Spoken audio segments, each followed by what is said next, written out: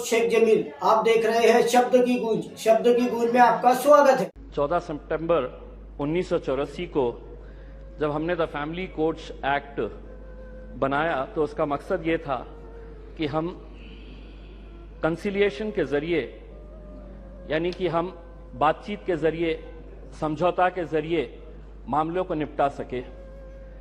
यह एक्ट 1984 में बनाया गया था। आज तकरीबन 40 साल के बाद अगर हम सब ये सवाल करें अपने आप से कि क्या ये एक्ट बनने के बाद हमने इस एक्ट के जरिए फैमिली कोर्ट में जितने भी मामले आए हैं उनको इंसाफ दिलाने के अंदर हम कामयाब हुए हैं, तो दुर्भाग्यवश मैं ये कहना चाहूंगा कि हमारा जवाब नहीं होगा। वरना आज 40 साल के बाद करीब 12 लाख जो फैमिली कोर्ट के मैटर्स है वो अदालतों के अंदर इंसाफ का इंतजार नहीं कर रहे होते। एक्ट बनाना बहुत आसान है, लेकिन एक्ट बनाने के बाद उसका इम्प्लीमेंटेशन हो रहा है या नहीं हो रहा है, ये भी इस सदन की जिम्मेदारी है कि इसके ऊपर नजर रखना। वरना एक्ट तो बन गया, लेकिन आज क्या वजह है कि इस 130 करोड़ की आबादी वाले देश के अंदर महज 715 फैमिली कोर्ट चलाए जा रहे हैं। मैं फैमिली कोर्ट का मकसद, मंत्री जी, मैं आपका ध्यान इस बात के ऊपर आकर्षित करना चाहूंगा। अध्यक्ष महोदय, फैमिली कोर्ट्स का मतलब सिर्फ ये नहीं है कि पति पत्नियों का विवाद, कि बच्चा किसके कब्जे में जाएगा, बच्ची किसके कब्जे में जाएगी, एलिमनी की अमाउंट कितनी होगी, कब दी जाएगी, कैसे दी जाएगी, घर किसके कब्जे में जाएगा, किसके हिस्से में जाएगा। फैमिली कोर्ट्स का मतलब हम सिर्फ यही समझते हैं, और बहुत सारे जितने भी सम्मानीय सदस्यों ने कहा है, इन्हीं का उदाहरण दिया है। मैं मंत्री जी आपसे हाथ जोड़कर विनती करना चाहूंगा, हम एक ऐसे समाज के अंदर रहते हैं जहां एक नई संस्कृति को हम देख रहे हैं कि हमारे बूढ़े माँ बाप जिन्होंने हमें पाल पोस कर बड़ा किया है, जब वो बूढ़े हो जा रहे हैं तो इस देश के अंदर बहुत सारे ओल्ड एज होम्स खोले जा रहे हैं, वृद्ध आश्रम खोले जा रहे हैं।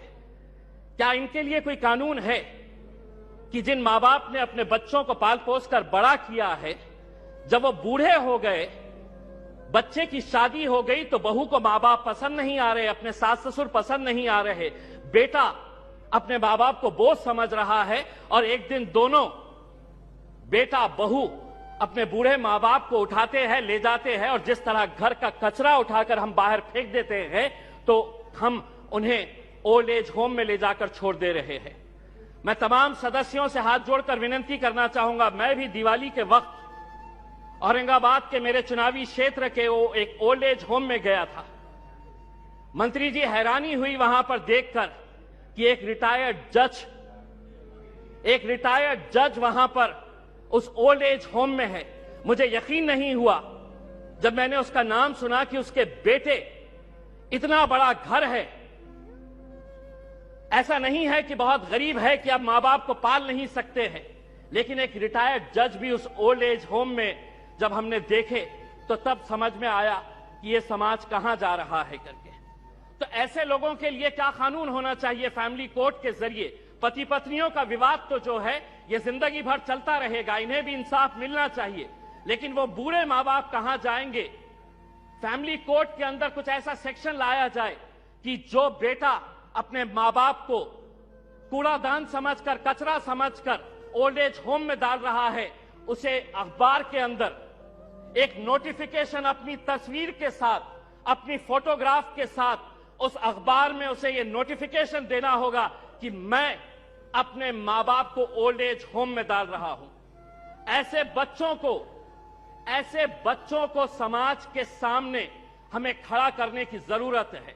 लाइए कानून, वरना वो बूढ़े मां बाप जो रोकने के अलावा कुछ नहीं कर सकते हैं, क्योंकि कोई कानून नहीं है, उनका कसूर सिर्फ इतना है कि उन्होंने अपने बच्चों को पाला पोसा बड़ा किया।